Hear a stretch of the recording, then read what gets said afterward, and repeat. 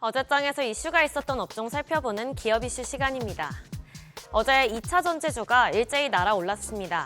전기차 캐즘으로 전기차 시장에 대한 전망이 어둡자 에너지 저장 장치 ESS 쪽으로 사업 방향을 돌리는 움직임이 나타나고 있는데요.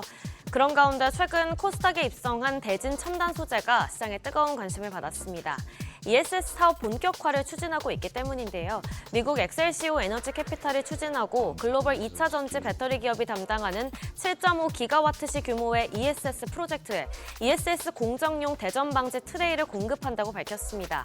이번 납품을 시작으로 북미 시장 내 입지를 강화하고 글로벌 시장에서의 경쟁력이 더욱 높아질 것으로 기대됩니다.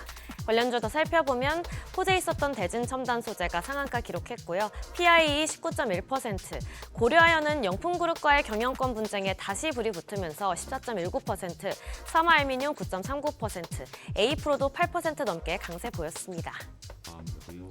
로봇주도 강하게 시세 분출했는데요. 현대차의 로봇 전문 계열사 보스턴 다이내믹스가 생산 현장 투입을 앞둔 휴머노이드 로봇 올뉴 아틀라스를 공개했습니다. AI 학습 과정 영상을 공개했는데 연구진은 현재 작업 순서를 배치하는 시퀀싱 기술을 중심으로 아틀라스를 훈련시키고 있습니다. 이번 영상에서 아틀라스는 뒤로 공중제비를 한 바퀴 도는가 하면 부품을 들고 달려가는 등 자연스러운 움직임을 보여주는데요. 이에 따라 올해 연말 현대차의 생산 거점에 아틀라스를 시범 적용할 가능성이 점점 커지고 있습니다. 또한 로보티즈도 강세 보였는데요. 모든 로봇의 핵심 부품인 액추에이터 기술이 세계적인 수준이란 증권사 분석이 영향을 준 것으로 풀이됩니다. 이미 로보티즈는 테슬라의 휴머노이드 로봇 옵티머스 프로토타입에 탑재되면서 기술력이 입증된 상태입니다. 마감 상황 보면 소니드가 21.39%, 라온테크 9.02%, 유니트로텐과 로보티즈 6% 넘게 시세 분출했고요. 클로봇도 5% 넘게 올랐습니다. 미국 트럼프 행정부와 공화당이 조선업 부흥을 위해 한국 조선업계와 협력 강화 가능성을 언급하면서 조선주도 좋은 흐름 보였습니다. 업계에 따르면 미 해군은 올해 10여 척에 가까운 선박 유지보수 사업을 발주할 전망인데요. 척당 최대 300억 원 규모로 올해 10척이 발주되면 총 규모는 3천억 원 수준이죠. 이에 전체 MRO 시장으로 수주 대상이 확대될 것으로 보이는데 미국 현지 조선소의 정비 능력이 워낙 낙후돼서 한국 조선소를 찾을 가능성이 높아지고 있습니다. 미국 의회에도 관련 법안이 발의된 만큼 이달 중 방한하는 피트 헤그세스 국방부 장관이 국내 해양 방산 현장과 또 하나오션 등 기업들을 찾을 것으로 보이는데요.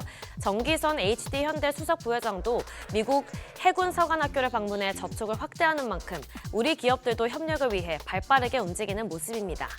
마감 상황 보면 HD 현대 마린 엔진 15.09% 올랐고요. 한화 엔진 5% 넘게 올랐고 한라 IMS 4.07%, KSP와 케이프 모두 3% 넘게 상승 마감했습니다.